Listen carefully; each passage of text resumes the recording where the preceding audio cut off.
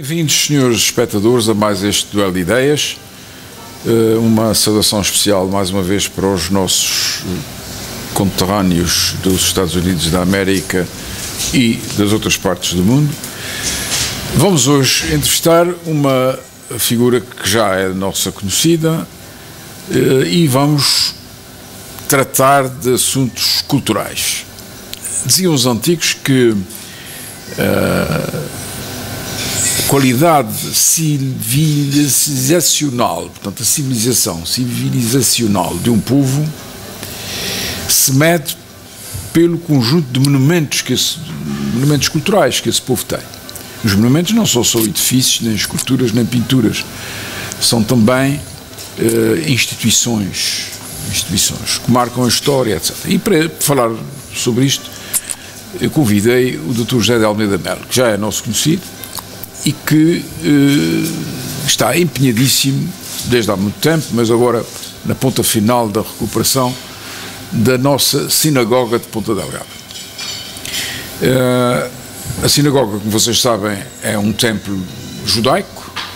Nós tivemos desde sempre judeus em Portugal e, consequentemente, nos Açores, até que o rei Dom Manuel I os expulsou do país. Mesmo assim, eles vieram para os Açores porque essa lei da expulsão entrou em vigor uns anos depois nos Açores. Só vigorou para o reino, como se dizia, o reinos, Portugal e dos Algarves, e depois é que veio para Aquém Alemar, em África, etc. Daí que eles aproveitaram para vir para cá durante algum tempo e tal, e depois acabaram por ser expulsos, ou se convertiam ao cristianismo, como aconteceu, transformando-se em cristãos novos, ou então tinham mesmo que sair, pelo menos no caso que nos interessa, dos Açores. Bom, a verdade é que passaram-se os séculos, enfim, foi extinto o Tribunal de Inquisição, as leis mudaram, e principalmente no século XIX começaram a chegar judeus de vários sítios. E claro, para onde o judeu vai a sua religião, que é uma coisa fundamental entre os hebreus, e na religião deles, a essencial é a sinagoga. Dr. José de Almeida Melo, bem-vindo a este Duelo de Ideias, e eu faço-te uma pergunta para divagarmos sobre a questão dos judeus nos Açores recentemente. Só havia esta sinagoga em Ponta Delgada? Boa tarde, Dr. Melo Bento, boa tarde a todas as pessoas que nos estão a vir, quer nas ilhas açorianas, quer em Portugal e também um pouco pelo mundo, principalmente na diáspora, nossa diáspora, quer nos Estados Unidos da América, quer no Canadá e em outras partes. Agradeço o convite para estar aqui, é sempre um gosto vir aqui a este Duelo de Ideias, estar na sua companhia e partilhar convosco olhares que têm sobre a cidade e os Açores. Respondendo propriamente à sua pergunta, não havia só esta sinagoga na cidade de Ponta Delgada, havia outras sinagogas, nomeadamente uma na rua António José de Almeida, outra na duas... O António José de Almeida em que sítio é que seria? Na zona da Casa Primavera. Onde hoje é a Casa Primavera, seria ali, era uma sinagoga. Havia duas outras na rua Machado dos Santos, que era a rua de São Brás, uma que ficava nos antigos armazéns Pereira e Pereira, hoje que é uma loja chinesa, e uma outra sinagoga que ficava onde hoje funciona a farmácia Socorros Mútuos. E ainda havia uma outra na Rua dos Manaias, junto à casa dos seus pais, no lado de baixo, onde funciona durante muitos anos a Padaria Branco. Estas eram umas sinagogas em Ponta Delgada, para além da sinagoga da Rua do Brum. Ainda havia uma outra sinagoga na Ilha de São Miguel, esta em Vila Franca do Campo, na Praça Bento do Góis. Houve também uma sinagoga em Anga do Heroísmo, fundada por Mimon Ababote, esta também desapareceu. De todas estas sinagogas que aqui estou a referir, a única que chegou até nós foi a da Rua do Brum, número 16, que durante muitos anos esteve abandonada e que agora está a ser recuperada e devolvida à sociedade e aos Açores. Muito bem. O doutor preocupou-se com essa recuperação da sinagoga e estudou certamente a movimentação judaica entre nós. Primeiro, porque é que eles vieram para cá? Eles estão... Seriam como os chineses agora? Em parte. eles estão, os judeus, para compreender melhor, ou um povo que está na diáspora. Há a primeira diáspora e a segunda diáspora. A segunda diáspora que ocorre, salvo erro, por volta do ano 74 ou na década de 70 depois de Cristo, e esta segunda diáspora, os judeus espalham-se um pouco para várias partes da Europa. Chegam ao norte da África, depois vão para a Península Ibérica, vão também para o norte da Europa, principalmente para as Polónias, Rússias, e os judeus que vão... Daí é que vem a expressão o judeu errante. O judeu errante, porque o judeu está sempre a circular. E os judeus que vão se fixar no norte da África ou na Península Ibérica, principalmente na Península Ibérica, são os judeus safraditas. O que é que isso quer dizer? São os judeus safraditas, são o judeu próprio que residente na Península Ibérica. Às vezes chama-se aqui em São Miguel, o meu pai, quando se zangava muito com alguma pessoa, chamava-lhe safardana. Terá alguma coisa a ver com isso? Talvez, não sei, nunca é uma expressão que deve ser de Vila Franca, de certeza. Possivelmente, porque em Vila Franca também houve judeus. E estes judeus estavam na Península Ibérica e no norte da África. Mas que é que se chamam safarditas? O termo safardita, a raiz da palavra eu não desconheço, no entanto, os safraditas, quando se fala judeus safraditas, são todos os judeus desta zona do globo, ou seja, Península Ibérica e Norte da África. E Norte da África, são todos safraditas. Estes judeus estão no Norte da África, já não estão nem em Espanha, nem em Portugal, no século XV. No entanto, estes judeus são descendentes dos judeus que vieram na segunda diáspora. Ou seja, estavam há mais de 1500, há cerca de 1500 anos. Quando é a segunda diáspora? Começa nos anos 70 depois de Cristo. Isso não é a primeira? Não, isto é a segunda diáspora. E esta segunda diáspora, eles vêm para esta zona da Europa e vão ficar aqui durante mais ou menos 1500 anos.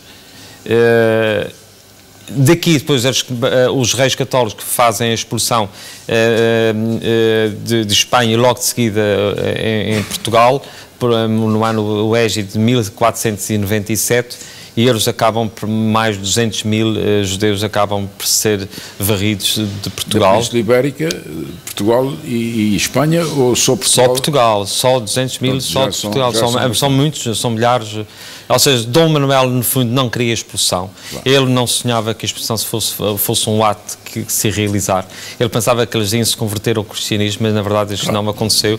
Eles abandonaram Portugal. E hoje Portugal, para muitos historiadores e investigadores, defendem que se os judeus tivessem permanecido em Portugal, hoje possivelmente Portugal estaria muito melhor. Claro. Foi uma grande perda para Portugal. Estes foram para a Holanda, alguns foram para a Holanda. Estes vão para a Holanda, depois da Holanda vão para o Brasil, do Brasil vão para a América, vão fundar a comunidade. Foram desenvolver grandes países. A cidade de Nova Iorque é fundada pelos judeus, muitos judeus do norte dos portugueses, foram para a Holanda, da Holanda foram para o Brasil, do Brasil foram para as colónias americanas, onde fundaram Nova Amsterdão, depois da Nova Iorque. Estes judeus, que são também alguns, que são todos eles safraditas, que estão ainda a viver no norte da África. Ainda há judeus no norte da África? Ainda há judeus no norte da África. Há dias tive a oportunidade de visitar virtualmente a sinagoga de Gibraltar e as várias sinagogas do norte da África. Há muitas sinagogas na zona de Marrocos. Estas sinagogas... E têm a liberdade de culto, mesmo entre os mouros, os muçulmanos, digo. Portanto, eu desconheço, eu sei que as sinagogas ainda existem, estão abertas, portanto logo deve haver liberdade. Aliás, a sinagoga de Gibraltar tem o mesmo nome que a nossa sinagoga de Ponta Delgada. Qual é esse nome? É um nome... Sharar Azazamin, eu não pronuncio bem, obviamente, este nome, sim, mas ela simboliza a Porta do Céu. Porta do Céu. Mas parece, portanto, que há várias sinagogas com esse mesmo nome. Ou seja, 1701, a sinagoga de Londres tem este nome. Gibraltar era uma colónia inglesa. Portanto, depois temos Gibraltar em 1724, Belém no Brasil também tem o mesmo nome, nós aqui temos o mesmo nome, Cairo também tem o mesmo nome e Jerusalém tem o mesmo nome. Portanto, a Porta do Céu, não é? A Porta do Céu. Até há pouco tempo nós pensamos que a sinagoga eram as portas do céu, mas há dias tivemos uma nova leitura de um amigo e de um estudioso da sinagoga de Ponta Delgada, israelita, Inácio Stendhal, que defende que é porta do céu e não... É uma só. Uma só, porta do céu e não portas do céu. Portanto, além dos safarditas, há outro tipo de judeus, naturalmente. Há os judeus ascanazes, são os judeus que vivem mais para o norte, os da Polónia, da Rússia, e que naturalmente a raiz... Ascanazi, portanto, safarditas a sul, Ascanazi mais a norte. E aqueles que vivem em Israel, têm algum nome especial? Ou não, os que vivem em Israel, no fundo, são os judeus que estavam errantes pelo mundo. Ou seja, são todos os judeus, no seu todo. Ou seja, são os judeus, são os safarditas, ascanazes, os ortodoxos, os mais radicais, portanto, são todos aqueles que estavam por ruim. Porque há também os ortodoxos. A gente vê que com as trancinhas e com os chapéus, portanto, no fundo, são todos estes judeus, que um dia foi criado o Estado, nos anos pós-guerra, da Segunda Guerra Mundial, foi criado o Estado de Israel, e estes judeus que estavam errantes por muito, que estavam sempre numa pátria, queriam a pátria-mãe, regressaram, e é a terra de todos os judeus. Aqui não é judeus, nem não há, portanto, distinções. Mas, segundo eu vi, a sua visitante, não a chamo convidada, porque ela é que apareceu, uma judia canadiana, uma senhora, aliás... Com muito bom nível. Com muito bom nível intelectual, eu assisti à vossa conversa, ela falou... que havia várias espécies de ritos religiosos dentro da sinagoga. Isto porquê? Porque há alguns judeus que são os ortodoxos, os ascanazes, os safraditas, portanto isto... Cada um tem um rito próprio, um ritual próprio. Um ritual. Portanto, isto também deve-se ao facto de... às vezes também a Igreja Católica, no fundo também as igrejas têm isto. E os protestantes, cada um tem o seu rito. Mas todos eles são judeus. Ora bem, agora, porquê é que se lhe meteu na cabeça restaurar a sinagoga Porta do Céu de Ponta Delgada na Rua de Brum, ainda por cima? Na Rua de Brum, um nome flamengo, logo do século XV para o século XVI. Em 2000, eu estava nos Estados Unidos, 99 para 2000, eu estava nos Estados Unidos, a passar férias na passagem de ano e de milénio, e fui contatado por Alfredo Alves, um imigrante natural de Ponta Delgada, muito conhecido, um político também daquela zona da Nova Inglaterra, e que me convidou para ir à tabacaria açoriana, que era um farol de debate, de encontro. Aliás, o doutor deve ter passado por lá algumas vezes. E participei em vários... Eu não conhecia o Alfredo Alves, e ele mandou-me chamar e pediu-me para que eu interessasse-me para a sinagoga de Ponta Delgada. Porquê esse interesse dele? Não sei, eu não conhecia este senhor, e ele disse-me para me interessar. E eu respondi-lhe: olha, eu estou a terminar o curso, a licenciatura em História, falta-me 4 para 5 meses, não tenho nenhuma ação na Câmara de Ponta Delgada, nem na vida cultural da cidade de Ponta Delgada, e lamento dizer, mas não posso fazer rigorosamente nada, porque eu não tenho forma, não tenho intervenção cultural na cidade. Eu pertenço a uma associação académica da Universidade dos Açores. No entanto, regressei a Ponta Delgada 4 dias depois, isto foi no dia 4 ou 5 de janeiro de 2000. Na semana seguinte fui convidado pelo professor Rui de Sousa Martins para pertencer à ADIP. E na semana seguinte, a ADIP, a Associação para a Defesa e Investigação de Património, e na semana seguinte fui convidado... Já nessa altura tinha preocupações em relação ao nosso património? Sim, aliás, a minha preocupação em relação ao património começa nos anos 80, logo quando frequento o Seminário Menor de Ponta Delgada, quando começo a fazer os meus primeiros estudos no património cultural, e depois fui alargando para o património arquitetónico e vários géneros de património, incluindo o património religioso. E disse isto ao Alfredo, mas como estava-lhe a dizer, perdi-me aqui, regresso, e na semana seguinte à ADIP, a Associação para a Defesa e Investigação de Património, sou convidado na semana seguinte pelo professor Luís Silva Mel para ser assessor para a cultura da Câmara Municipal de Ponta Delgada. Portanto, isto foi, numa semana tem a reunião em Fall River, na semana seguinte com o Rui de Sousa Martins, e na semana seguinte sou convidado para a Câmara de Ponta Delgada para ser o assessor para a cultura. Eu acabei por aceitar, e a minha primeira ação, enquanto assessor para a cultura que comecei a desenvolver, foi a recuperação, um evento na Sinagoga de Ponta Delgada, numa associação entre a Câmara Municipal e a ADIP, já com a minha intervenção. e foi a partir daqui que eu comecei a trabalhar. Dificuldades pelo caminho? Entre 2000 e 2009, muitos foram os apelos que fiz na comunicação social e em encontros com várias pessoas sobre a sinagoga de Ponta Delgada. Neste mesmo percurso, a sinagoga ia caindo aos bocados, chovia, pessoas entravam para o seu interior, retiravam peças, os sobrados caíam, não havia portas, janelas, tudo partido, e houve um silêncio total da sinagoga de Ponta, em relação à sociedade política.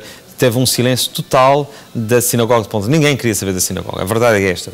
Em 2000 Porquê é que os judeus existentes em Ponta Delgada abandonaram as sinagogas?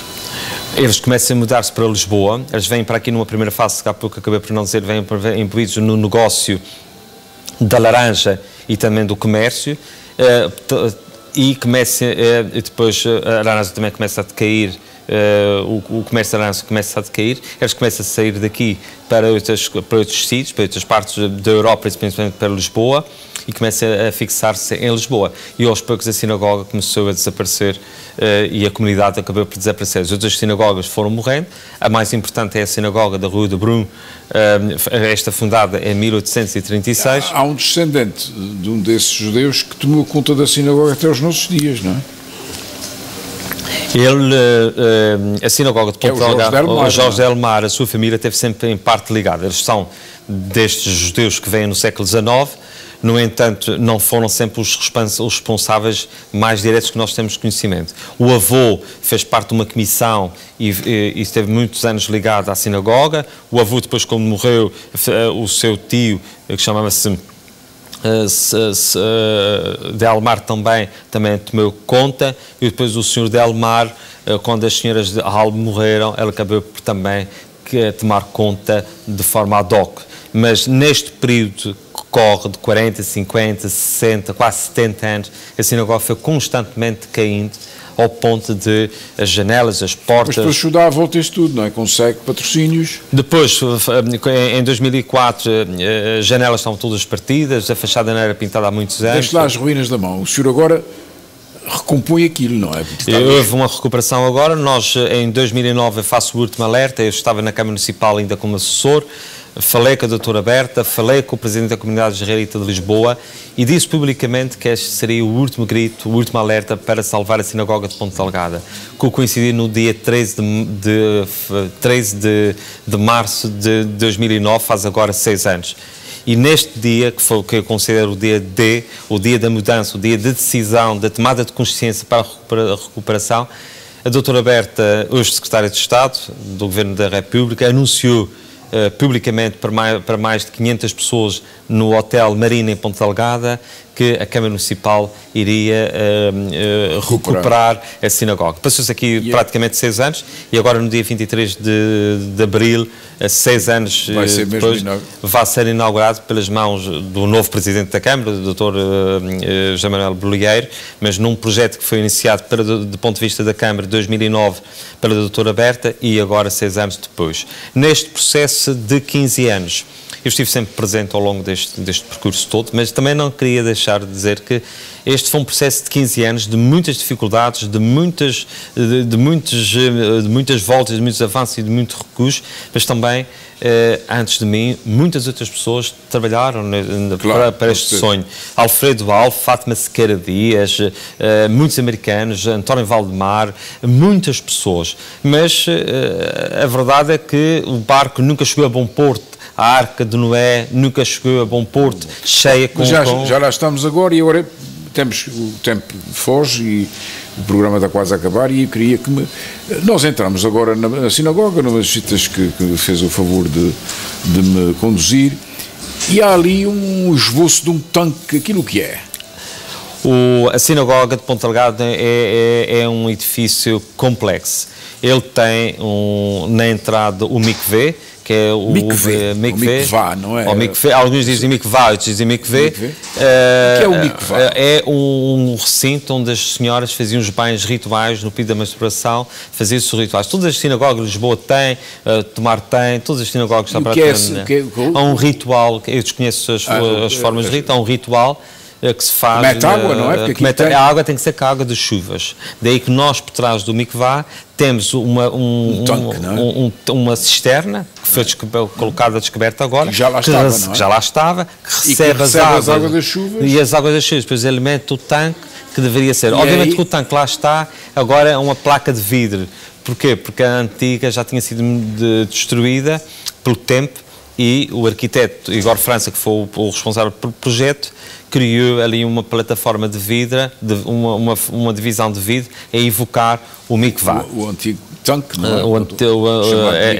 O chamado depois mikvah. há uma escada para o primeiro andar. Depois estamos escadas. Antigamente a sinagoga tinha sofre alterações, na minha opinião. Primeiro subíamos as escadas, passávamos para um quarto, depois passávamos para outro quarto, e deste segundo quarto é que se entrava na sinagoga. Digamos que passávamos por duas antecâmaras até chegar à sinagoga. Ou no templo propriamente? Não se diz templo, mas sim sinagoga. Portanto, a sinagoga é aquele salão grande. É aquele salão grande, de forma retangular. Tem cadeirales. Entrava-se por uma porta virada a poente. A poente hoje ela está a norte, e quando se entrava ficávamos logo junto ao Bimá. O Bimá, que é outra peça. Outra peça central. Aliás, o que é mais importante na sinagoga... é uma espécie de um púlpito. O mais importante na sinagoga são três coisas. É a arca, a lâmpada e o Bimá. No fundo, a arca está na parede que dá para Jerusalém, virada para poente, ou seja, virada para o Bimá, e em sua frente tem a luz eterna, a lâmpada eterna, que está sempre acesa, junto ao Bimá, onde estão guardadas as Torás. Em cima da arca tem umas tábuas com umas letras... As tábuas da lei. Os textos sagrados saíam do Bimá pelo oficiante ou para o rabi e vinham da arca e vinham para o Bimá. E o oficiante ou rabi lia virado para a arca. Portanto, virado para Jerusalém. Virado para Jerusalém e fazia lia as Sagradas Escrituras para os restantes. Portanto, sobe aqueles degrauzitos, fica ali numa espécie de um púlpito com grades, não é? E depois a assistência está à volta dele. É uma sinagoga também, que está toda... A sinagoga, fazendo aqui um parênteses, é um local de conclave, de reunião, de convívio, é uma escola e é uma casa de oração. São três... O que quer dizer uma sinagoga é isto, é um local de convívio, de sociabilidade, escola e oração. E a sinagoga de Ponta Delgada, por isso são os bancos não uns atrás dos outros, mas sim virados uns para os outros, para as pessoas poderem socializar e poderem falar do rosto para manter. Ora, a sinagoga de Ponta Delgada, como estava a dizer, então, os livros saíam da arca, vinham ao Bimá e eram recitados virados para Jerusalém. Para o rabi, certamente. Para o rabi. E esta estrutura, este eixo central que se estabelece entre a arca, que é todo o armário no qual se guarda a Tora, que se estabelece neste eixo central no lado oposto à sala, para que nas comunidades Askenazi, o Bimá fica mais no centro ou junto à arca. Mas existe sempre, não é? Existe, os outros são mais no sentido, mais no lado oposto. Agora, naquela antecâmara da sinagoga, diz o senhor que aquilo é que é a sinagoga, portanto essa sala do templo, vi lá uma cadeira muito comprida, com os pés muito compridos. O que é aquilo? A sinagoga de Ponta Delgada, tal como acontece também com hoje, tinha todas as cadeiras de circuncisão.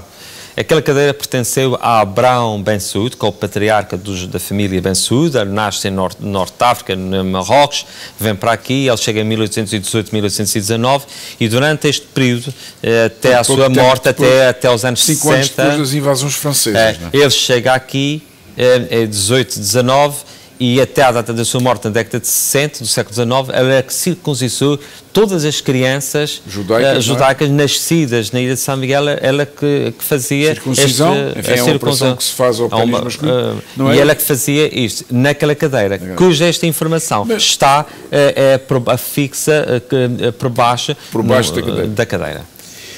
Dr. Almeida Melo, foi um prazer tê-lo aqui como convidado. O prazer foi meu. De honra, para falarmos sobre um assunto cultural.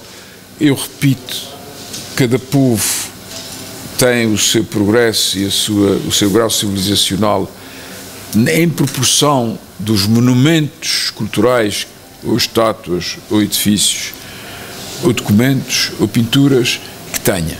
Quanto mais e melhor tiver, mais avançado é esse povo. E nós, açorianos, queremos estar à frente da nossa civilização, os mais avançados. Se não quisermos, enfim, ser avançados nas físicas e nas químicas, ao menos que sejamos no campo da cultura. E para terminar o nosso programa, eu trouxe 2 livrinhos que recebi ontem do Instituto Histórico de Ilha Terceira. É um instituto muito respeitado, muito prestigiado, que produz, tal e qual como nós aqui temos o Instituto Cultural de Ponta Delgada, na Terceira tem pelo menos este, tem mais um, mas agora vamos referir apenas o Instituto Cultural da Ilha Terceira. Mandaram-me o boletim e mandaram-me este livro, que são os códices do Arquivo Histórico Ultramarino referente aos Açores. São 2 livros muito interessantes. Este boletim, certamente com várias colaborações, este, pelo conteúdo que vem, é indispensável na mesa de uma pessoa que goste de história e que precise de estudar com rigor científico o nosso passado. Até ao próximo programa.